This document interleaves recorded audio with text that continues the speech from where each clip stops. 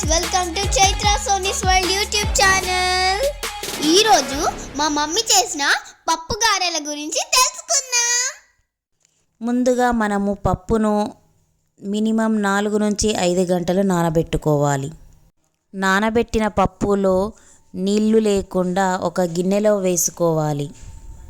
రుచికరమైన గారెలకి మనం తీసుకోవాల్సిన వస్తువులు: పప్పు క్వాంటిటీకి తగినంత పచ్చిమిర్చి, పుదీనా, కొత్తిమీర, ఆనియన్, వెల్లుల్లి, ధనియాలు, జీరా.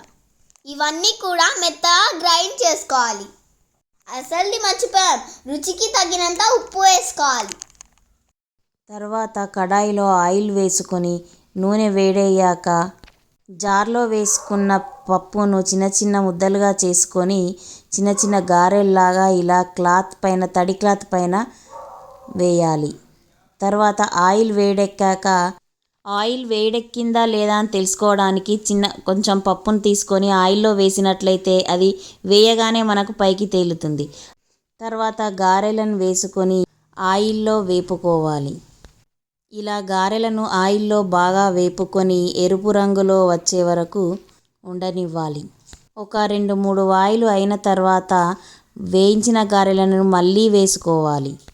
అలా 2 సార్లు డీప్ ఫ్రై చేసినట్లయితే పప్పు లోపల చాలా బాగా బాయిల్ అవుతుంది. ఇప్పుడు మనం రుచికరమైన గారెలను చూడవచ్చు.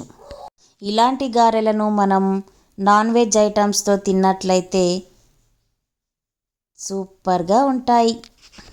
ముఖ్యంగా మటన్, పాయ వంటి గ్రేవీతో తీసుకున్నట్లయితే గారెలు రుచి ఇక చెప్పనవసరం లేదు.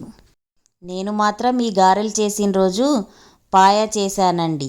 మీరు కూడా ట్రై చేయండి. నచ్చింది అనుకుంటున్నాను వీడియో.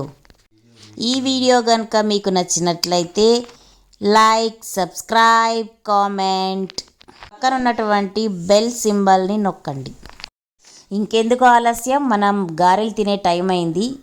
వెళ్దాం పదండి. రుచికరమైన పాయ కర్రీ విత్ పప్పు గారెలు రెడీ.